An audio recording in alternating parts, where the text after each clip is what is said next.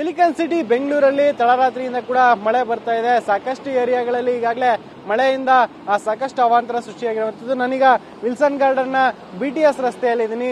ಈ ರಸ್ತೆಯಲ್ಲಿ ಗಮನಿಸ್ತಾ ಇದ್ರೆ ಕಂಪ್ಲೀಟ್ ಆಗಿ ಇಡೀ ರಸ್ತೆ ಜಲಾವೃತ ಆಗಿದೆ. ಅಂದ್ರೆ ರಸ್ತೆ ತುಂಬಾ ನೀರು ನಿಂತಿರುವಂತದ್ದು. ಅಂದ್ರೆ ಬೆಳಿಗ್ಗೆ ತನಕ ಬಂದಂತ ಮಳೆ ಏನಿತ್ತು ಇದರಿಂದ ಆ ಚರಂಡಿಗೆ ನೀರು ಹರಿದು ಹೋಗ್ತಾ ಇಲ್ಲ. ಇದರಿಂದ ರಸ್ತೆ ಮೇಲೆ ಆ ನೀರು ನಿಂತಿದೆ. ಆ ನಿಂತ ನೀರಲ್ಲೇ ವಾಹನ ಸವಾರರು ಕೂಡ ಓಡಾಡುವಂತ ಸ್ಥಿತಿ ನಿರ್ಮಾಣ ಆಗಿದೆ. ಗಮನಿಸ್ತಾ ಇದ್ರ ದೃಶ್ಯಗಳಲ್ಲೂ ಕೂಡ ಈಗಾಗಲೇ ಸಾಕಷ್ಟು ವಾಹನ ಸವಾರರು ಈ ರಸ್ತೆಯಲ್ಲಿ ಸಂಚಾರವನ್ನ ಮಾಡ್ತಾ ಇದ್ದಾರೆ. ಆದ್ರೆ ಆ ಓಡಾಡುವಂತ ಸಂದರ್ಭದಲ್ಲಿ ಮಳೆ ನೀರಿನ ಜೊತೆಗೆ ಒಳಚರಂಡಿಯ ನೀರು ಕೂಡ ಮಿಕ್ಸ್ ಆಗಿರುವಂತದ್ದು. ಇದರಿಂದ ಆ ವಾಹನ ಸವಾರರು ನಿಂತಿರುವ ನೀರಿನಲ್ಲೇ ಓಡಾಡುವಂತ ದೃಶ್ಯಗಳು ಕಂಡು ಬರ್ತಾ ಇದೆ. ಮತ್ತೊಂದು ಕಡೆಯಲ್ಲಿ ಜನರು ಕೂಡ ಮಳೆಯ ನೀರಿನಿಂದಾಗಿ ಪರದಾಡ್ಕೊಂಡೆ ಓಡಾಡುವಂತ ಸ್ಥಿತಿ ಕೂಡ ನಿರ್ಮಾಣ ಆಗಿದೆ. ಯಾಕಂದ್ರೆ ಇಡೀ ರಸ್ತೆಯಲ್ಲಿ ಕಂಪ್ಲೀಟ್ ಆಗಿ ನೀರು ನಿಂತಿರುವಂತದ್ದು. ಎರಡು ಕಡೆಯನ್ನು ಒಳಚರಂಡಿ ವ್ಯವಸ್ಥೆಯನ್ನು ಮಾಡಿದರೆ ಆ ಒಂದು ಚರಂಡಿಯಲ್ಲಿ ನೀರು ಹೋಗ್ತಾ ಇಲ್ಲ. ಇದರಿಂದ ವಾಹನ ಸವಾರರು ನಿಂತಿರುವ ನೀರಿನಲ್ಲೇ ಓಡಾಡ್ತಾ ಇದ್ದಾರೆ. ಇನ್ನು ಅಕ್ಟೋಬರ್ 15ನೇ ತಾರೀಕಿನ ತನಕ ಬೆಂಗಳೂರು ಸೇರಿದಂತೆ ಬೇರೆ ಬೇರೆ ಜಿಲ್ಲೆಗಳಿಗೆ ಯೆಲ್ಲೋ ಅಲರ್ಟ್ ಅನ್ನ ಕೂಡ ಹವಾಮಾನ ಇಲಾಖೆ ಘೋಷಣೆಯನ್ನ ಮಾಡಿರುವಂತದ್ದು. ಸದ್ಯ ನಿನ್ನೆ ರಾತ್ರಿಯಿಂದ ಕೂಡ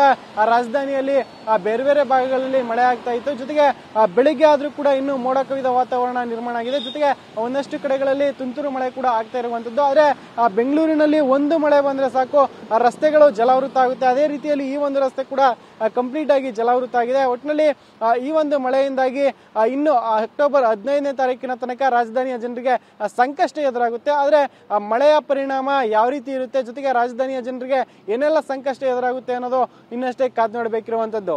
ಕ್ಯಾಮರಾ ಪರ್ಸನ್ ಜಗನ್ ಜೊತೆ ಶಾಂತಮೂರ್ತಿ, TV9 ಬೆಂಗಳೂರು.